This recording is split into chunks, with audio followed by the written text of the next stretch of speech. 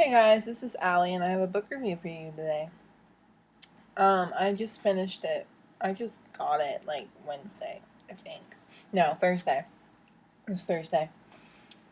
It's Star Wars Omnibus X-Wing Rogue Squadron Volume 1. And I've read the first X-Wing book, which is, I think, just called Rogue Squadron. Yeah.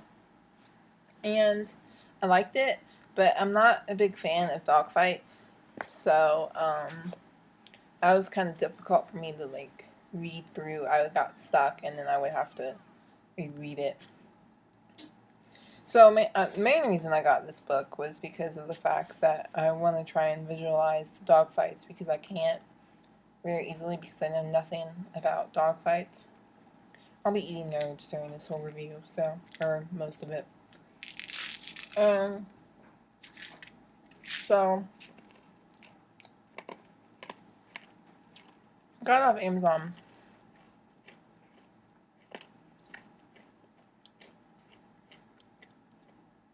And it's apparently going out of print or something because I had to pay $35 for it. Not. I mean, it's worth it, yeah, but it's really expensive in my opinion, and not. I mean, I spent it, so I spent it and I enjoyed it, so I can't really complain. Anyways, about Volume 1 and then about Volume 2 and 3. I'm going to probably read Volume 2 and 3 before I even pick up the second X-Wing book, simply so I have a better understanding of the characters and better visualization skills of the dogfights that are going on and the character art and all that. Even though I think this takes place before the novel series, because Corin Horn, I think that's his name, isn't in here. Okay, so I'm going to read you the back before I start my actual review. Star Wars Omnibus, X-Wing Rogue Squadron, the greatest starfighters of the Rebel Alliance, become the defenders of the New Republic in this collection of stories featuring Wedge Antilles, hero of the Battle of Endor, and his team of ace pilots known throughout the galaxy as Rogue Squadron. Meet the Rogues for the first time and learn the fate of the galaxy immediately after the events of Return of the Jedi as the Rebellion's best pilots battle remnants of the Empire wherever its ugly agenda of fear and domination appears. One, I guess I'll start off by saying that I like the art. It's kind of weird in places. Like, obviously they changed artists in between issues because the prologue-y issue with Luke is by a completely different. It's a completely different style than like the first issue or first actual story. So starts off good, and then I mean, comic art is comic art. I've seen bad and I've seen like really good. This is kind of in between, in my opinion. I really like it. I mean, what I think drives the story is drives the comic is the story, not the art. But the art really does help. And then the second part, this is the style art, which has a very vintage 1980s comic feel to the art, and seeing as Star Wars is vintage, it really kind of fits because the colors are freaking gorgeous. I'm just going to show this page again, and then I'll just show you this two pages. It's just really pretty. Like, the colors fit excellently with the X-Wings and all that. So, yeah, I really like that. And one thing I also really like is it's not all about the dogfights.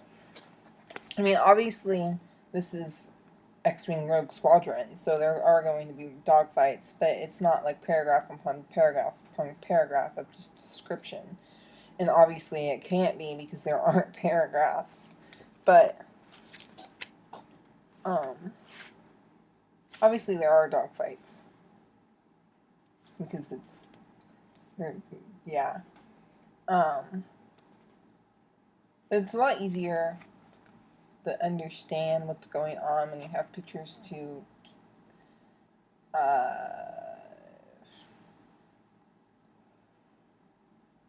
embellish the story as well. So I'm not just like reading and going, what is happening right now? So that's fun. One thing I really, really, really, really liked in this story is winter, like the total including of winter.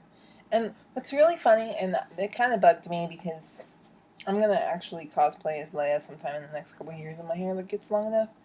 Um, Winter's disguise as Princess Leia, her hair is like shorter than mine and curly.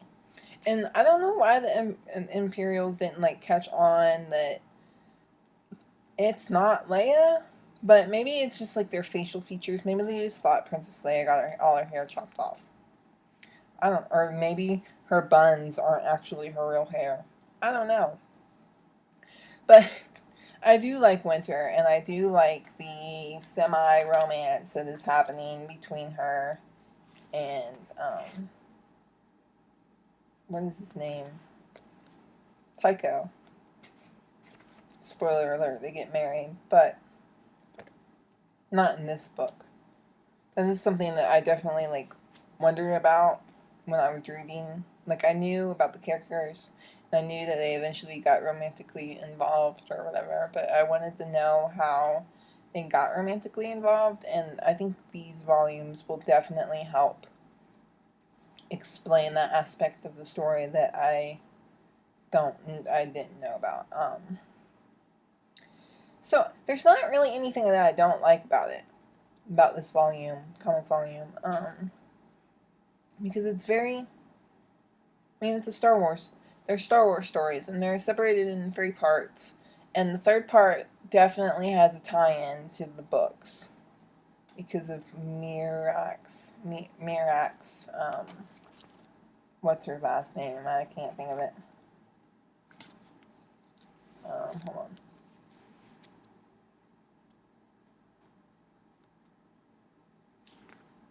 Tarek.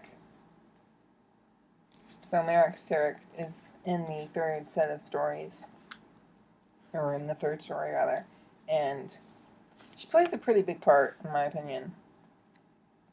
Now, she probably won't show up again, but I do like her involvement in this story. I liked her involvement in the novels. Like, I really liked her character, and I completely called the romantic aspect that I won't spoil for anyone.